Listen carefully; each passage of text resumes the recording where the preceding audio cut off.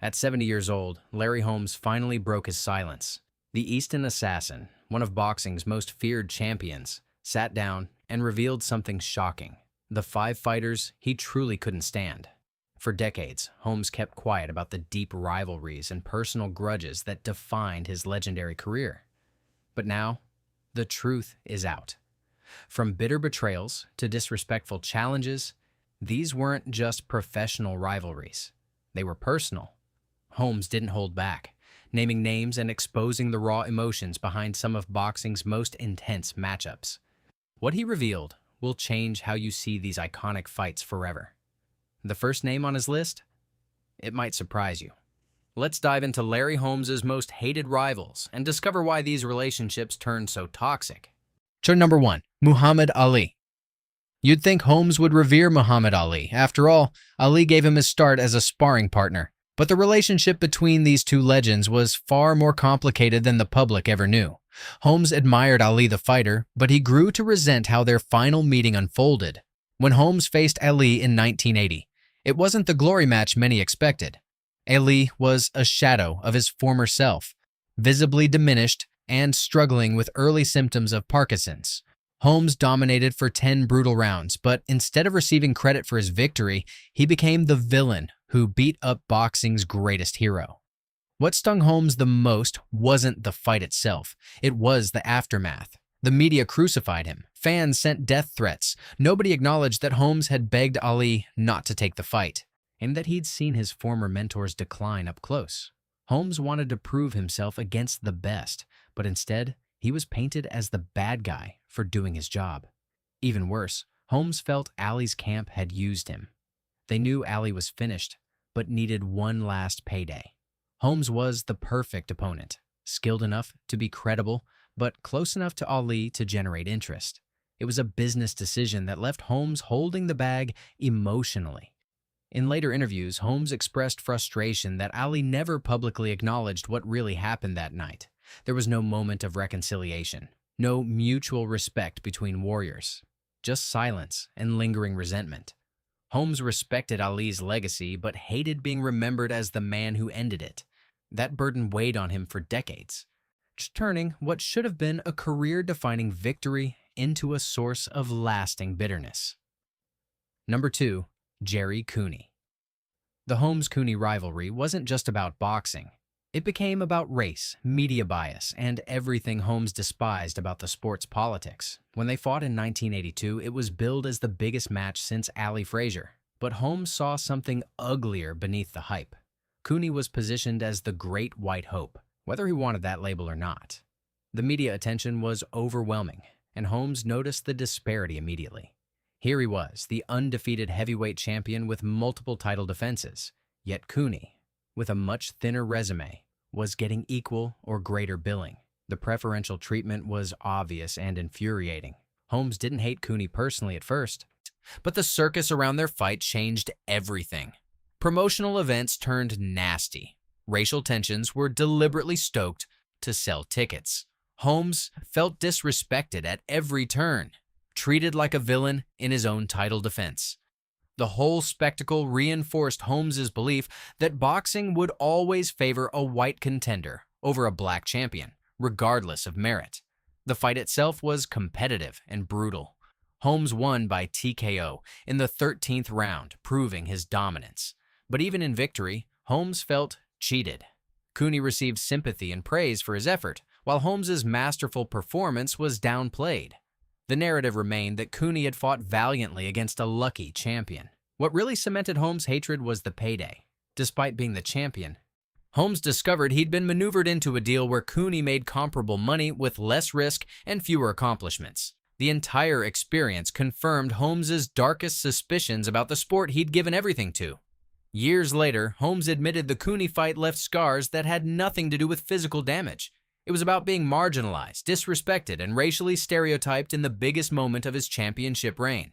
That's something he never forgave or forgot. Number 3. Mike Tyson. Mike Tyson demolished Larry Holmes in 4 rounds in 1988, but the animosity between them started long before they entered the ring. Holmes couldn't stand Tyson's disrespect and the way the younger fighter dismissed his legacy. Leading up to the fight, Tyson was brash and dismissive. He called Holmes an old man. Dia has been living off past glory. For Holmes, who dominated the heavyweight division for years, this was unforgivable arrogance from someone who hadn't proven himself against the division's best. Holmes believed Tyson had been overhyped, protected by careful matchmaking against hand-picked opponents. When they finally fought, Holmes was nearly 39 years old and past his prime.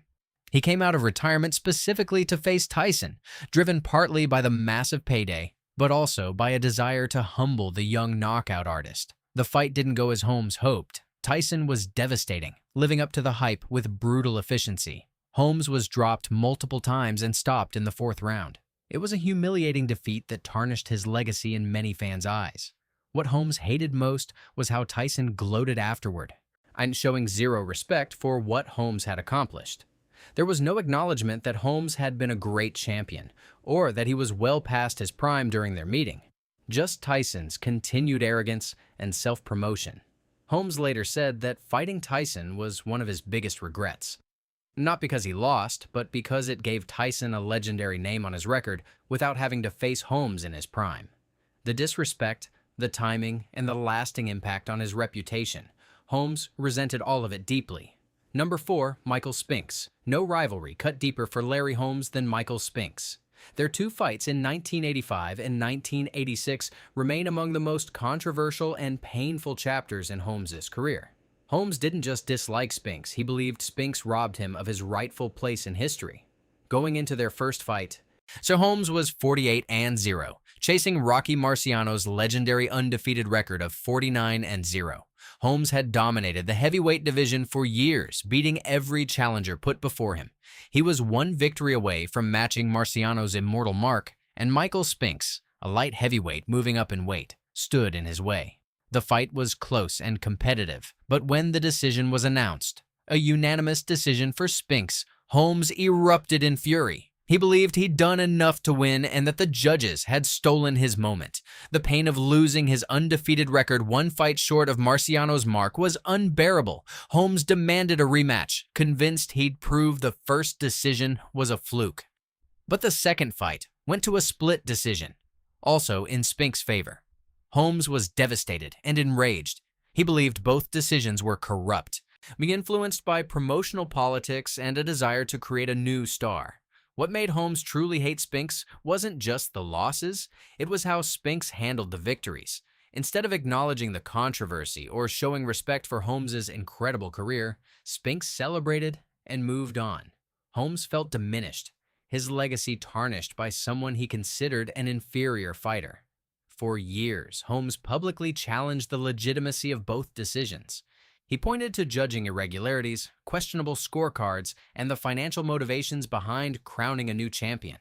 The Spinks losses haunted Holmes more than any other defeats, representing not just personal failure, but a systematic betrayal by the sport he loved. Even decades later, Holmes maintains he beat Spinks twice and was cheated out of his destiny. Cut number 5, the boxing media. The fifth name on Holmes' hate list isn't a single boxer. It's every fighter the boxing media elevated above him while he was champion. Holmes spent his entire career feeling underappreciated and disrespected by journalists and commentators who always seemed to favor someone else. During his championship reign, Holmes constantly heard how he wasn't as good as Ali, didn't have the charisma of Sugar Ray Leonard, or lacked the devastating power of younger contenders. Every defense of his title came with qualifiers and criticisms. He was too defensive, too boring, too workmanlike. Never mind that he was winning consistently and dominating his division.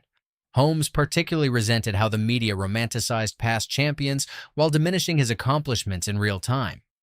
Journalists wrote glowing retrospectives about Ali while questioning whether Holmes deserved to be mentioned in the same conversation. This double standard infuriated him. The pattern continued throughout his career. When Jerry Cooney emerged, the media crowned him before he'd proven himself. When Tyson arrived, Holmes was instantly dismissed as yesterday's news. When Spinks beat him, it was celebrated as justice rather than questioned as controversial. Holmes felt the media never gave him a fair shake because he didn't fit their preferred narrative.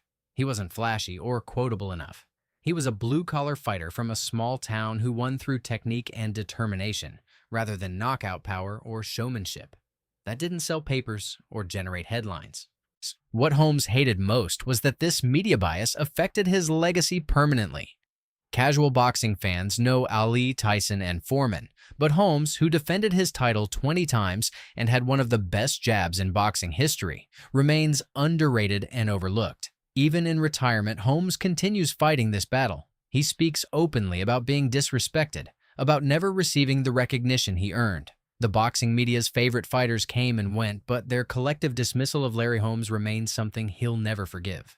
It's a hatred born from decades of being overlooked, despite being undeniably great.